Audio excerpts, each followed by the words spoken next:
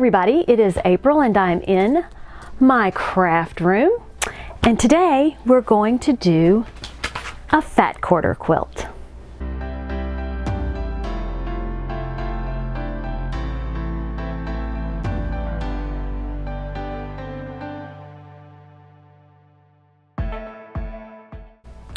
I purchased a pattern while I was on my little road trip in Kentucky, and actually it was the second time that I had purchased the pattern. I hadn't made that quilt yet, so I thought, you know what, it is about time. And if you see me flailing around like a crazed lunatic, it is because there are a fly and I who are going to tango, just to let you know. It looks like it's pretty simple. Essentially, you need fat quarters. And depending on the size that you want to make, that's how many fat quarters you need. So for a baby quilt, you can use 6 fat quarters. Lap is 12, twin is 18, full 24, queen 30, and king size 48.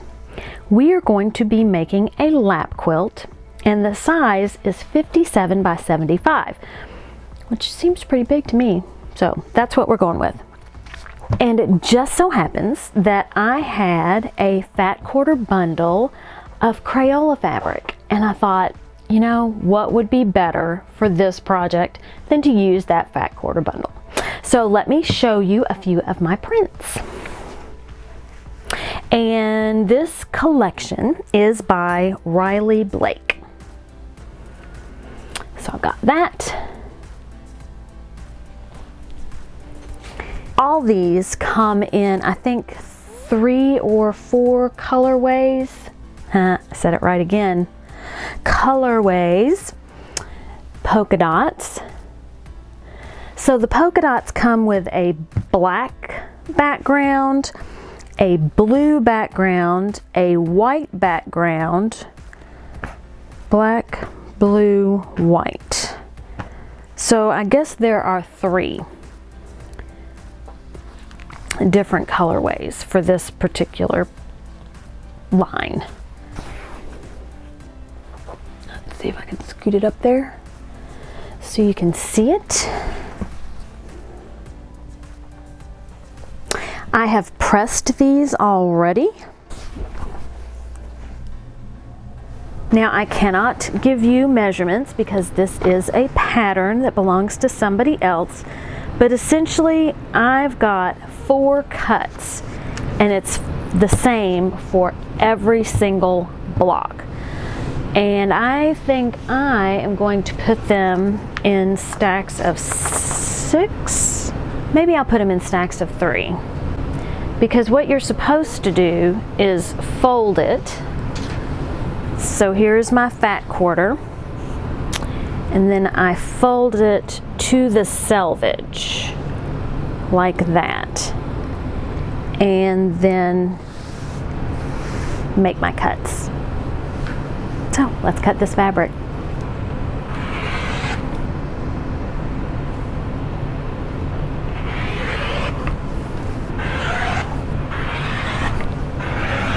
I should have 12 wider strips and 36 narrow strips, which I should have because there were 4 cuts, 1 wide, 3 narrow. Now I'm supposed to stitch assorted wide and narrow strips together. Leftover strips will be used later. So I'm supposed to do this for 6, and I can mix and match these any way I want. So I think what I'll probably do is put maybe the darker and the lighter together to give some contrast. Well, sounds good to me. So I've taken 6 of the wider strips and I've paired them with a skinny strip, and now I will sew these 2 strips together. I have sewn my more narrow and wider strips together, and I should have 6 of them. I need to sew 3.5 and 3.5. Oh, here we go. Missed this one. Cut 2 wider units and 2 more narrow units out of these strips. So I'm going to line these up because I am not going to do one at a time.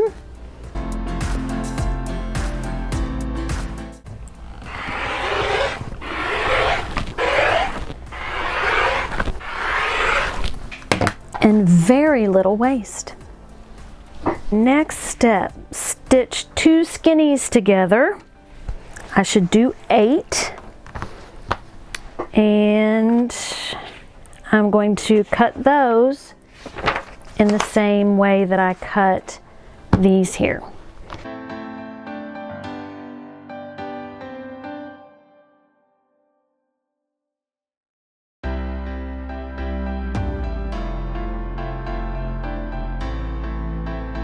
And now they're stacked and ready to cut. First thing I'll do is shore up this end.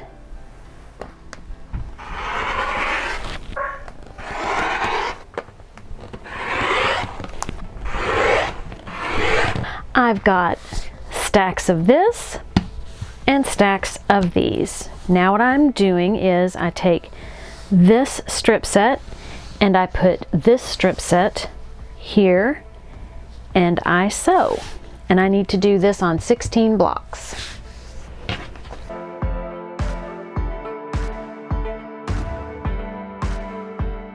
From these strips, we're supposed to cut more strips and use them to round out our block. I still don't know why I only have 15. I hope that I am counting incorrectly.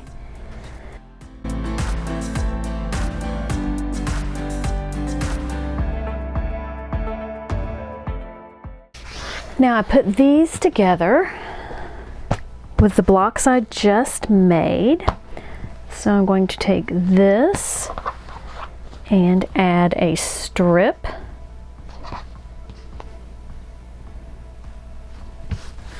And do the same for all the rest of the blocks.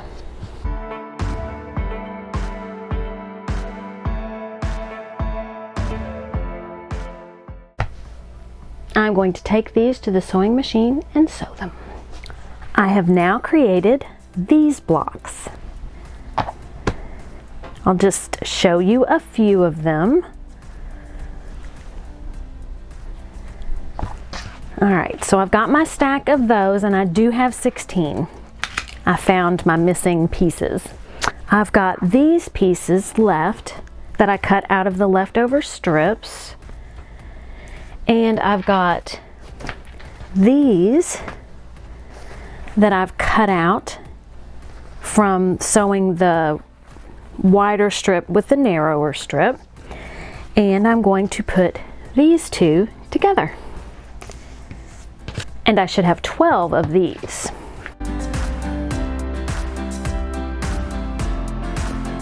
So let me go sew these together and I'll be right back.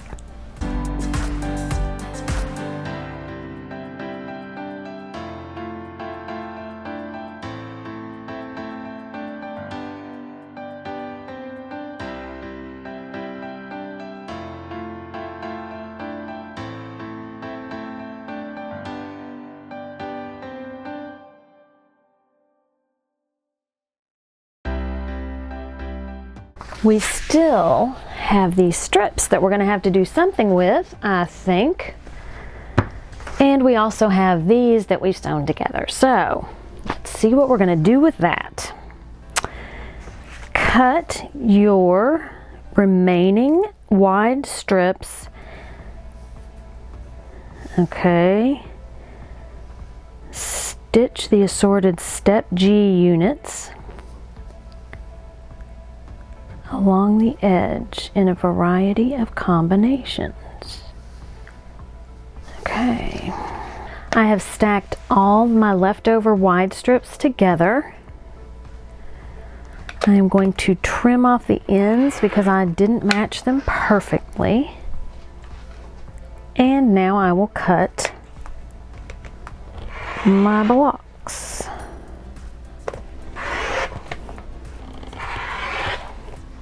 So let's flip that over and flip this over. And now what I'm supposed to do is sew these two together, and I should have 12 of these combinations. One.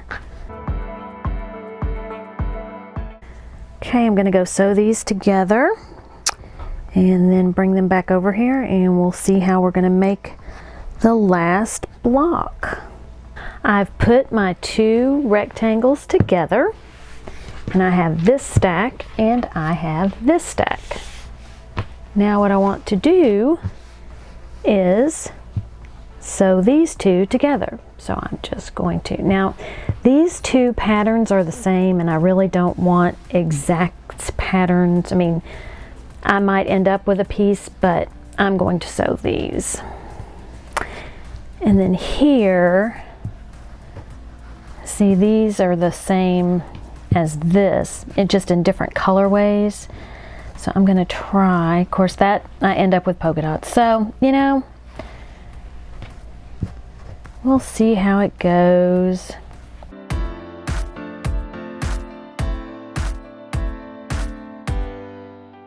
And here is my third type of block. I'll show you a couple of these.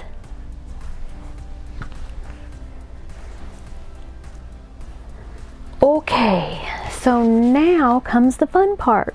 We're going to go to the design wall and put these blocks on the wall and get our rows together. Now we come to the part where we put all of our pieces on the design wall. There's just one thing that's different. It doesn't tell me where to put them. You can put your blocks wherever you want, in whatever order you want. So I can't mess this up.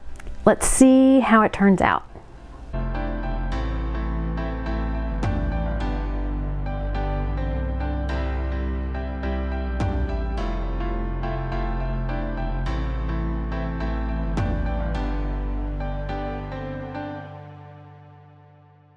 I've put my blocks and my rows together, and there she is. Now I need a border around the outside, and I have endless options for that. I've got your normal red, orange, yellow, green, blue, indigo, violet. Normally I would go with red or purple because those are my two favorite colors, but I'm going to mix it up. I thought about green, but green just didn't, I don't know. I like green, but I decided to go with this blue. So I'm going to cut the border per the instructions on the quilt pattern and add those, and my quilt top will be finished. My quilt top is complete. I've got crayons everywhere, and I'm loving this. It's a fun quilt to make. There are no rules. There are some rules, but for the most part, there are no rules. So this is the Yellow Brick Road. It is by Terry Atkinson, and it's from 2007, so it has been around a long time. If you don't want to have to figure out where your blocks go, if you are very structured and you need a pattern that tells you exactly where you need to place your blocks, you're not going to like this at the end. I like that you cut some fabric, you sew some fabric, you press some fabric, and then you cut some fabric, you sew some fabric, and you press some fabric. So it kind of mixes it up, and you have no idea what the end is going to look like. Every single quilt that you make with this pattern, it's going to be different because the way that you arrange your blocks is going to be different. I had a lot of fun with this. This is pretty cool. I don't even know if I put my blocks together the way that I put them on the design wall because it didn't matter. Yeah, this is fun. Thank you for watching. I really appreciate you taking out the time to watch my video. I hope that you enjoyed this tutorial on the Yellow Brick Road Quilt. Have a great day. Eat some chocolate and be kind to everyone. Until next time, bye. I purchased a quilt design, and if you see me flailing around, wow. And that comes in several. I've put my do over. Thank you for watching. I didn't do that right. Was there anything else I wanted to say? Seriously. I'm just finishing and now it kicks on. Ah.